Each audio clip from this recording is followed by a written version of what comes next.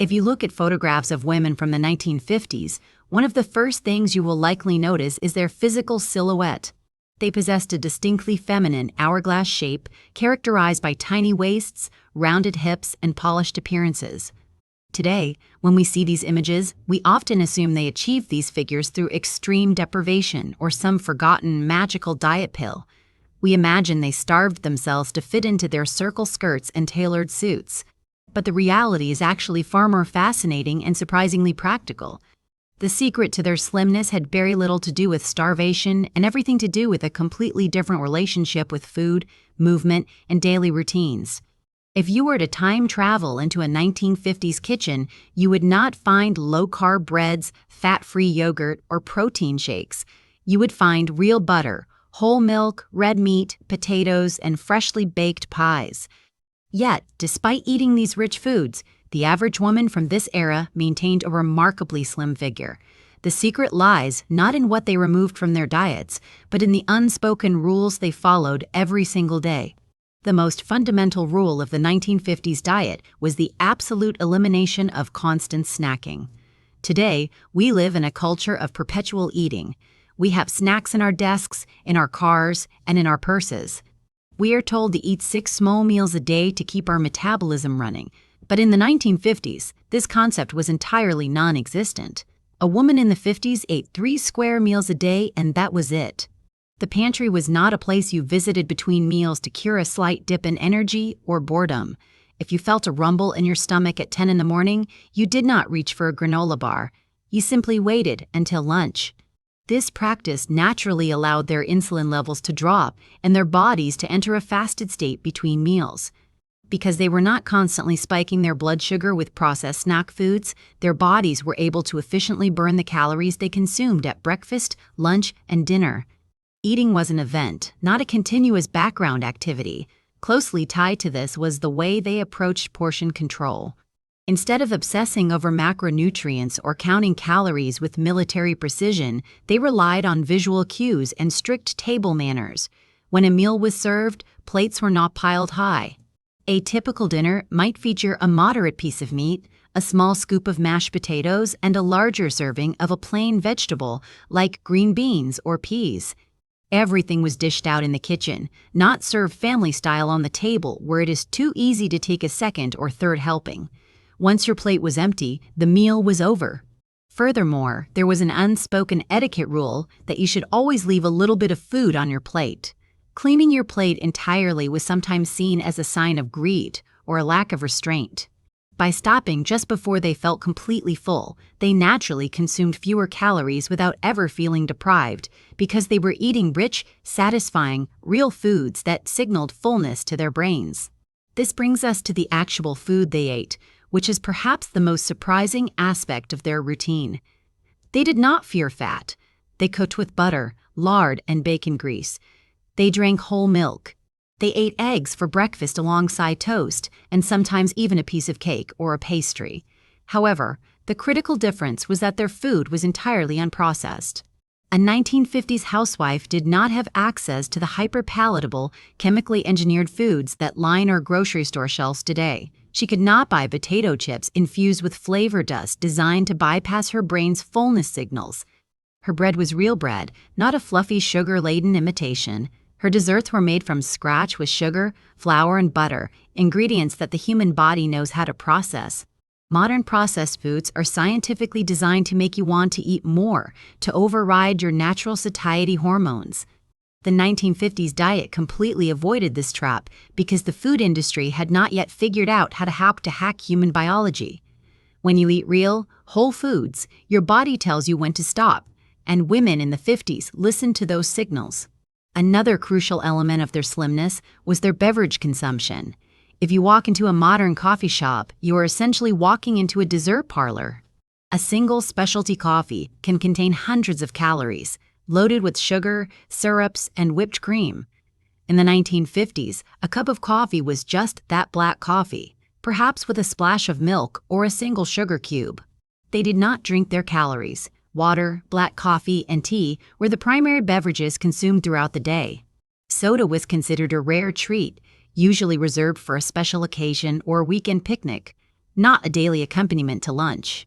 Fruit juice, while consumed, was often freshly squeezed in small quantities rather than consumed by the gallon from concentrated, sugar-added cartons.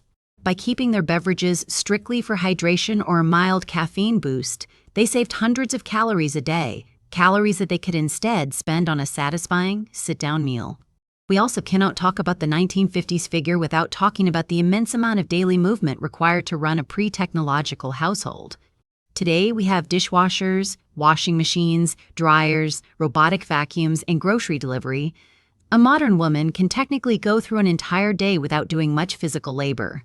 In the 1950s, keeping a house running was a highly physical job. There was no pushing a button to clean the floors. A woman had to get down on her hands and knees to scrub them, or push a heavy vacuum cleaner around. Laundry was an agonizingly physical chore that involved hauling heavy wet clothes from a wringer washer, hanging them on a line outside, and later ironing everything with a heavy iron. Cooking required peeling, chopping, and stirring by hand.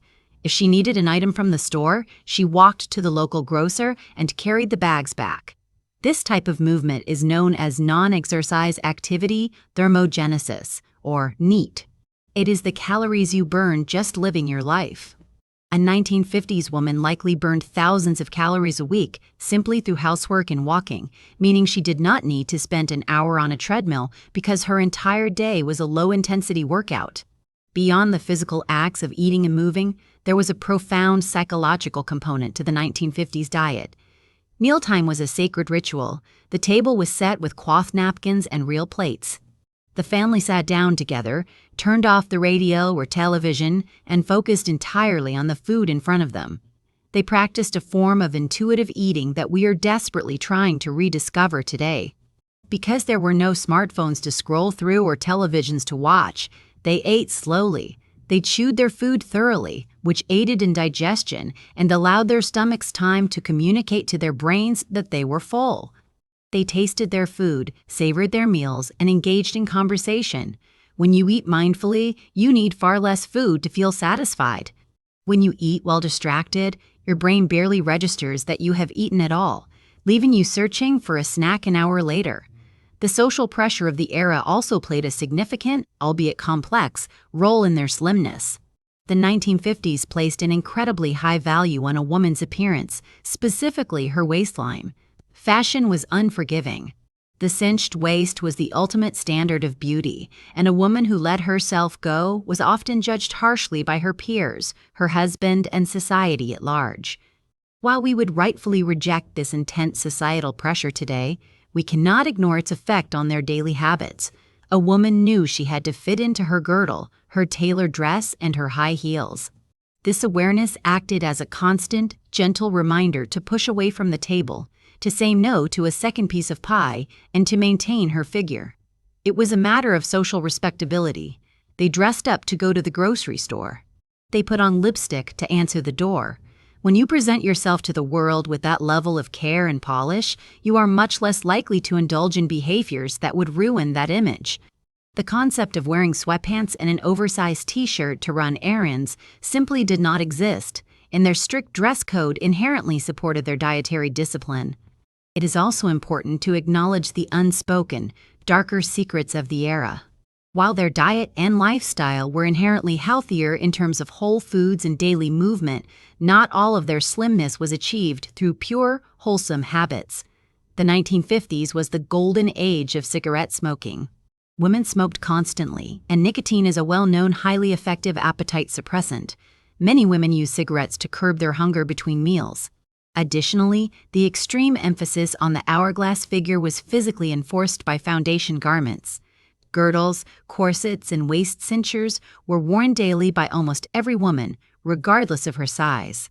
These garments physically redistributed fat, compressed the stomach, and literally forced the body into an unnatural shape. A woman might not have been as impossibly tiny as she appeared once the girdle came off. While we cannot and should not advocate for smoking or organ-compressing undergarments, they are undeniable parts of the historical reality of the 1950s silhouette. If we strip away the toxic elements like smoking and the uncomfortable shapewear, the core diet rules of the 1950s offer a brilliant blueprint for modern weight management. They did not obsess over food. They did not spend hours tracking macros on an app. They did not ban entire food groups or live on salads. They simply ate real, home-cooked food at designated times, stopped when they were satisfied, avoided liquid calories, and kept their bodies in constant, gentle motion throughout the day. They understood that a healthy weight is a byproduct of a well-ordered life, not a full-time job in itself. Imagine applying just a fraction of this logic to your life today. Imagine closing the kitchen between meals and letting your digestion rest. Imagine replacing your sugary latte with black coffee and using those saved calories for a real, satisfying lunch. Imagine taking the time to sit at a nice table, turn off your phone, and slowly enjoy a piece of roasted chicken and buttered vegetables, stopping just before you feel completely stuffed. Imagine moving your body not out of punishment for what you ate, but as a natural part of your daily existence. The women of the 1950s did not have the secret to a magic weight loss pill. They simply lived in an environment that supported their biology rather than fighting against it. They ate real food, they moved naturally, and they treated eating with the respect and ritual it deserves. In our modern quest for the perfect diet, we have complicated something that used to be incredibly simple. Perhaps the ultimate secret to staying slim is not found in the next trendy diet book, but in looking back at the quiet, uncomplicated wisdom of our grandmothers.